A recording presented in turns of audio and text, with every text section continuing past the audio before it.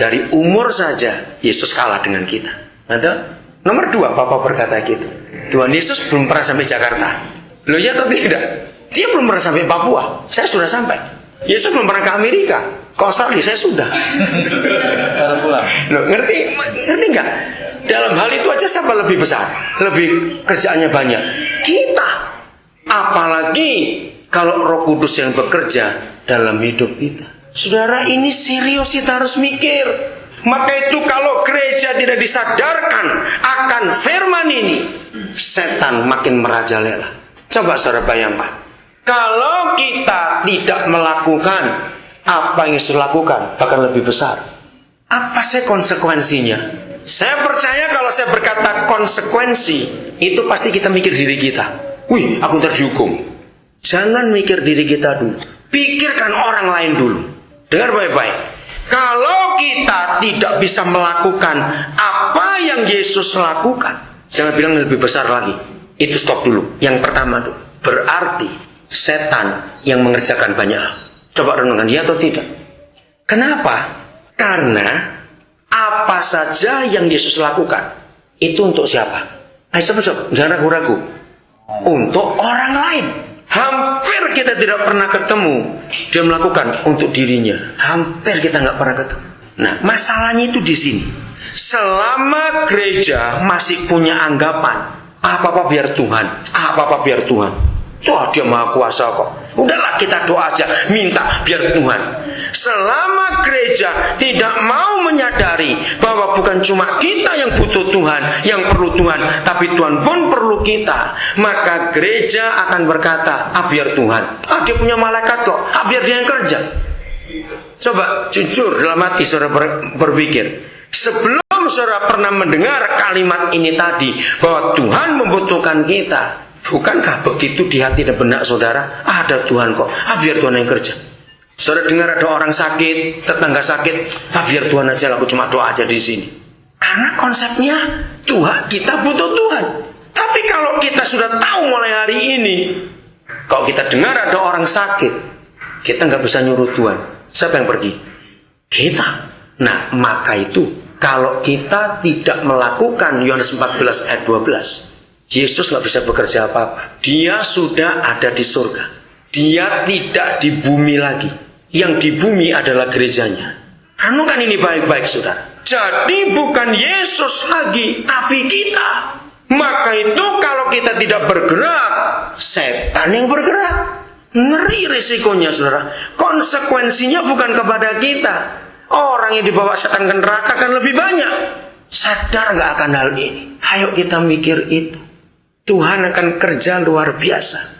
Oke, saya putus dulu di sini. Saya tadi janji 2 ayat.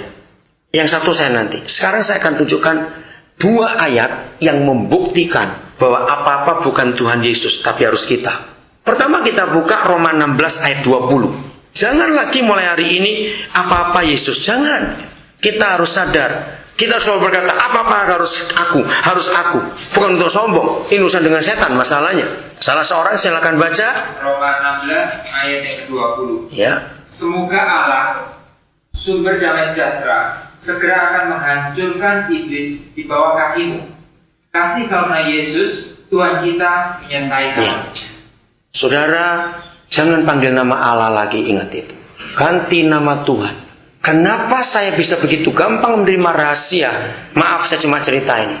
Setiap kali saya nyampaikan firman, itu pasti ada yang komentar begini. Saya itu sudah berkali-kali baca ayat itu, tapi kok saya nggak pernah tahu ada rahasia seperti itu. Kenapa kau dan bisa tahu itu? Saya jawab, karena saya panggil nama papa saya dengan benar. Allah itu ada di Mekah, saudara, dalam Ka'bah. Ya, jadi Tuhan Papa di surga menghancurkan iblis di mana? Baca Bapak, di mana? Bawah kaki kita.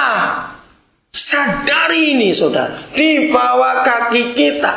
Jadi apa-apa bukan Tuhan Yesus lagi. Lagi sekali bukan untuk kita jadi sombong, sok, tidak. Tapi ini kebenaran. Apa-apa bukan lagi Yesus, tapi gereja. Apa-apa gereja. Maka itu seharusnya kalau sampai ada setan bekerja begitu rupa hari-hari ini, yang salah adalah gereja, bukan Tuhan dan bukan setan. Kita yang salah. Karena kita tidak mengambil otoritas dan tanggung jawab yang Tuhan berikan kepada kita. Ayat kedua, Efesus pasal 1, bahwa apa harus kita. Ayat yang ke-22. Silakan. Efesus 1 ayat 22. Dan segala sesuatu yang diletakkannya di bawah kaki Kristus. Telah, kata itu jangan lupa. Ulangi lagi. Dan segala sesuatu telah diletakkannya di bawah kaki Kristus, dan Dia telah diberikannya kepada jemaat sebagai kepala dari segala yang ada. Saudara, nanti kita teliti apa bedanya semua dan segala sesuatu. Ayo cepat jawab. Mana lebih lengkap? Segala sesuatu.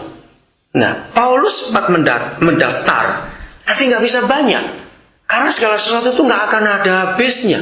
Betul nggak, saudara? Ini yang luar biasa. Nah, kalau kita lihat dari ayat yang ke-20, yang dikerjakannya, maaf. Ya, 20. Yang dikerjakannya dalam Kristus dengan membangkitkan Dia dari antara orang mati dan mendudukkan Dia sebelah kanannya di surga. Ini Yesus naik ke surga. Lalu ayat 21. Jauh lebih tinggi dari segala pemerintah, segala penguasa, segala kekuasaan, segala kerajaan, dan tiap-tiap nama yang dapat disebut, bukan hanya di dunia ini saja, melainkan juga di dunia yang akan datang.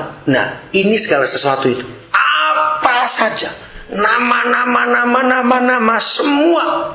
Ini penting kita pelajari. Saya mau tanya saudara sekarang ini, stroke itu nama atau bukan? Nama. Hepatitis A, B, C itu nama atau bukan? Nama. Stres, khawatir, takut, nggak bisa tidur, itu nama atau bukan? Nama. Hanya sebagai pemahaman saja. Panu itu nama atau tidak? Loh ini kenapa tertawa? Sekarang saya ngajari saudara, panu itu nama atau tidak? Nama. Teror itu nama. Pernah nggak kita sadar? Nama-nama itu masih merajalela dan menjajah dunia ini luar biasa. Betul nggak, saudara? AIDS, HIV itu nama. Padahal kalau ada orang hukum di sini akan ngerti antara kata de jure dan kata de facto. Betul tidak? Nah, secara de jure berarti kan dua kali kata telah. Ini de jure. Tertulis itu sudah sah. Bahwa semua nama-nama itu yang sekarang ini makin gila bekerja, perceraian, itu nama. Apa saja itu punya nama. Secara de jure mereka sudah tunduk karena telah. Ayo kita baca sama-sama ayat 22, saudara, supaya kita sadar betapa gobloknya kita sebagai gereja akhir zaman ini. 1, 2, 3. Dan segala sesuatu telah diletakkannya di bawah kaki Kristus. Stop sampai situ dulu. Kalau firman ini hanya berhenti sampai ayat ini, maka tidak salah kalau kita dikit-dikit bicara biar Tuhan. Itu Tuhan Yesus. Dia punya malaikat, biar dia yang kerja. Tapi ada yang berikut ini, yang dengan jelas Paulus diurapi Roh Kudus berkata, ada job description. Saya pakai kata itu. Yang Papa buat. Jelas. Saudara, manajer yang hebat sekalipun, mau lulusan Harvard, mau pengalamannya luar biasa, tapi kalau satu hari dia pindah kerja dan dia tidak pernah membuat job description yang jelas, bagaimana dia? Kacau. Setelah Tuhan Yesus naik ke surga, Papa buat job desk yang hebat sekali. Yang ini sebagian besar gereja masih belum tahu job description ini. Cuma ada satu akibat kalau kita tidak tahu job description, kacau balau. Overlapping istilahnya, tumpang tindih nggak karu-karuan. Dan itu gereja sekarang, hobinya cuma buat kebaktian saja, tapi tidak pernah tahu tugas dan tanggung jawab yang sesungguhnya. Tidak salah buat kebaktian, tapi jangan fokus ke situ. Kalau kita cuma fokus di kebaktian saja, kita nggak akan punya waktu untuk menggenapi Yohanes 14 ayat 12. Karena yang dikerjakan Tuhan Yesus itu selalu di luar bait suci. Jangan lupa itu, selalu di luar bait suci.